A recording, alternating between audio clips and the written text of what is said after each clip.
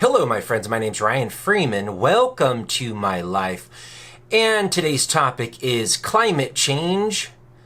This was requested by Diana. Thank you for requesting it, Diana. And if anyone else out there has any video requests, I am more than happy to talk about anything. I like talking. And I like talking with you guys. And if you have any comments, put it down below. Now, first and foremost, I'm not a climate expert. I have not read the literature exhaustively. I don't know who could. I think there are probably thousands of scientific articles and published papers on the topic of climate change. I think you need to know many, many different subjects to try to grapple with even attempting to understand what it is. One thing I believe is true of all experts: if they say they definitely know something, I think they're being less than honest. I'll get back to climate, but the great thing about Socrates, the reason why he was considered the wisest man, he got that prophecy from the oracle that he was the wisest man, and he went around asking everyone questions, and he found out what made him wisest was because he was cognizant of the fact that he knew so little, whereas everyone else proclaimed to understand about life, about poetry, about philosophy, but he alone realized how little he knew. We want to know the answers, whatever the subject is. And I think it's also true with climate change. Why is it so hot this year? Why does it seem hotter than last year? Why did Italy have a record-breaking temperature? What's happening with the polar bears? We demand answers, and our experts deliver them, and they seem to have a consensus, and the narrative is, if you follow it, is that humans have contributed greatly and are the cause for the exceptional rise in global temperatures, leading to the rise of sea levels, as well as all sorts of other problems and other changes on our planet. So the first thing I guess I want to say is that, it's quite possible. A lot of people, a lot of very educated people much smarter than I am, seem to say that. We always hear the consensus of scientists, the consensus. That means the vast majority believe that. Now, a consensus doesn't necessarily mean that they're right. Very often, huge paradigm shifts in the way that we think about life and the way that we think about the universe have not come from the consensus. It happened that the consensus was wrong, and there was a renegade or small group of thinkers that held to their views, even though they were persecuted, even though they were called idiots, even though they were called foolish. They held on to their views and changed the world's mind. So thinking of Giordano Bruno, Galileo, Copernicus, as well as many other people. A lot of times the consensus doesn't necessarily have the truth. And as we have seen with this COVID crisis that has been happening, if you're outside of the consensus, you could lose your job. If you're a doctor who says he doesn't necessarily believe that the WHO's or the grand narrative's plan of vaccine, and only vaccine, if you're a doctor who doesn't agree with that, you can get censored. If you're a doctor who doesn't agree with that, you might be able to lose your license. There are repercussions of going against the consensus. So I just want to make that note, because guys like Neil deGrasse Tyson, proudly proclaim on CNN like he's in a pulpit, which I guess he sort of is. That's sort of our modern day pulpit, and scientists are sort of our modern day priests. That the consensus is right, and scientists love to argue and love to debate. Well, scientists do love to debate, and they do love to make discoveries, but they also like to keep their job. They also like the esteem of their colleagues, and there's a very human element that we must never forget. Okay, that being said, I have no idea if humans are the prime cause or just a very significant cause of the rise in global temperatures.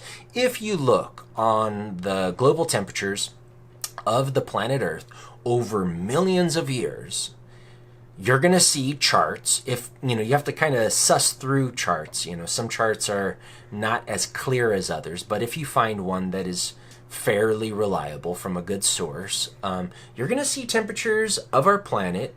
Now, keep in mind, There's no time machines. No one traveled back in time. So they're getting these temperatures, maybe through ice core samples from these little samples. I actually don't know all the science to it, but this is to the best of our scientific knowledge. The temperatures are like this. Even more rapid than that. So it seems that our planet has been changing a lot over millions of years, and it seems that the entire universe is constantly in a process of flux. One of the greatest Greek philosophers, and I believe he was a renegade, Heraclitus, he was a renegade. That's right, because the Greeks, I believed, at that time, the predominant thought was that everything is sort of settled. Don't quote me on that, but I think so. And he said, no, everything is in flux. Everything is constantly changing. Everything is moving. Everything is transforming. And if you can see it in your life, like for me, my life, I'm very different than I was 2 years ago, very different than I was 10 years ago. God knows how different I am today than I was before. And what has changed me? What has changed me has been the environment. The environment has had a profound impact on me, as well as the food, as well as the books that I read, as well as the people that I meet. Everything is influencing me. That changes me, that changes my mind.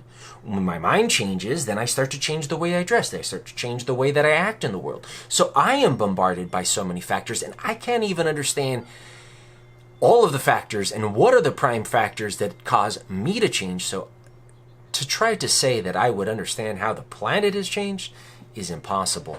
And I think that first and foremost, both sides of the debate need to have a little humility and just say, I think it's this, but we don't know.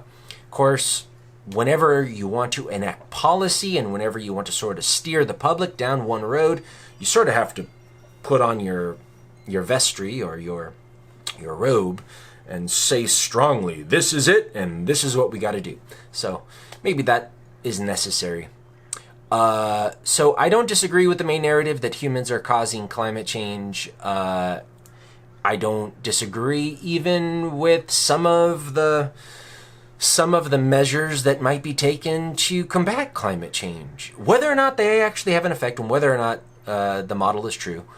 But I like the idea of having a sort of more harmonious relationship with Mother Earth. I think one of the biggest catastrophes that has happened, especially since the industrial era, where we really started to kick up things in mining minerals, and our consumption and the factories and all sorts of the pollution. I think we've really made a mess of this planet. Goodness gracious, if you've ever gone to China or an industrialized nation, go to some of the cities where they have a lot of factories, where they're doing a lot of the manufacturing work that used to take place in this country, and at that time in our country, if you go back not so long ago, we had a lot of pollution. And now that pollution is sort of exported to the industrializing countries that are now very, very polluted. When I first went to China in 2000, when I first went to China in 2008, I was like choking. And I came from LA. I didn't expect that because I didn't think LA had that great of air. But I was choking because the air was so bad. And then when I moved there in 2009, I was like, holy shit, it was a toxic wasteland. And I remember, and I lived there a few years, and I remember thinking, oh my God, I will never raise my kids here in China. I will never raise because it didn't seem like a habitable place for human life. And I think that regardless of climate change, whether or not we're causing it from CO2 emissions and perhaps factory farming and our intercontinental flying and all of the vapors and all of our negative effects on the environment, I don't dismiss that, and I definitely think that we should try to be a little gentler with our Mother Earth, because she's our mother. We literally sprang from this planet. She's our mother. And I heard someone on NPR, he's a tree expert somewhere in the UK, and he was saying, well, at one time humans lived on a planet with 6 trillion trees. Now we're down to 3 trillion trees. And he thought that more trees would lead to more cooling. And I'm like, well, I like more trees. And then there's the debate on, well, how do we get more trees? Should we organize and plant trees? Well, I I don't like that idea, because if you've ever been to a forest that was just grown by Mother Nature, it's beautiful because nature has its own weird pattern that sort of sinks in. Whereas when humans plant trees, if you've ever been to places where humans have specifically planted the trees, yeah, there's trees, but it's in rows. It doesn't look good.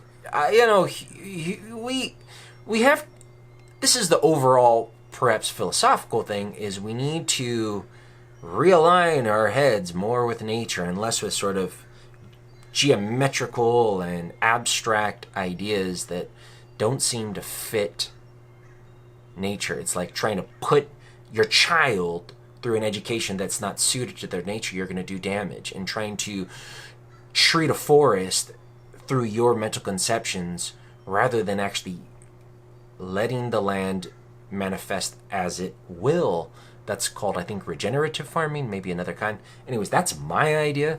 And I believe in the microcosm and the macrocosms, which means that you can learn many lessons about the greater world from learning lessons on your life. I believe that we are all connected to everything in the universe, everything in this world.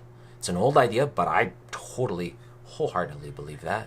I've seen it in my life. At least makes sense to me. Maybe it's my personal mythology, but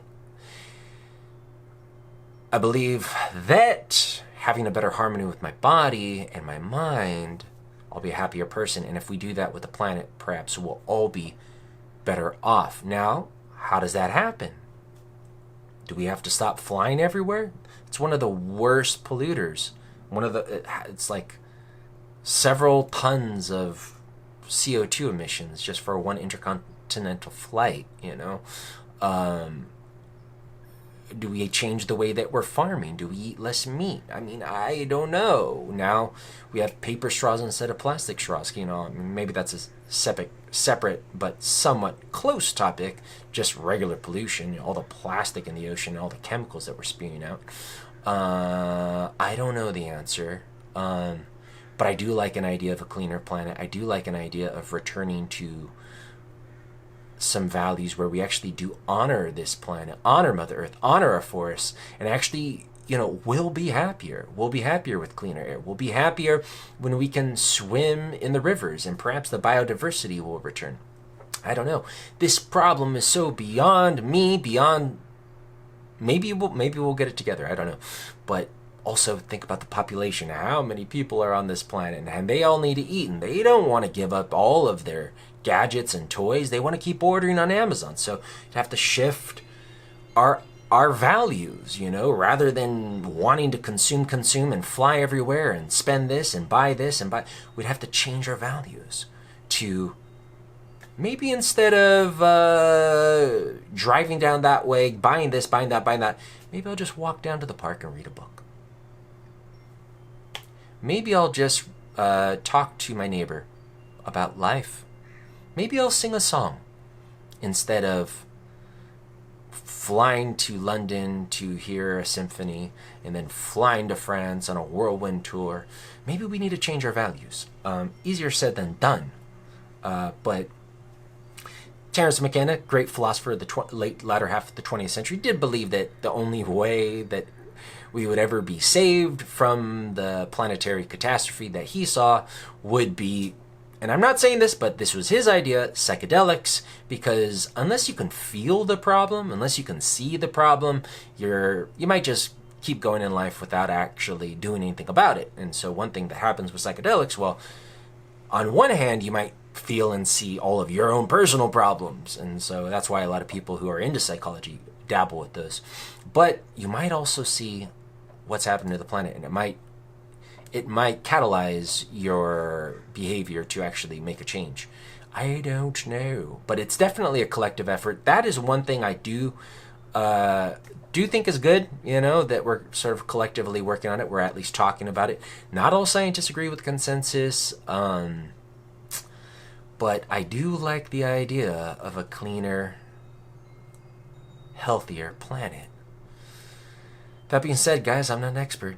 I'm just one guy in his room talking about a subject that Diana requested, and I thank you for requesting that topic. If there's anything you want me to follow up on, any other topics you want me to talk about, please let me know. My name is Ryan Freeman. Thank you for watching. Bye.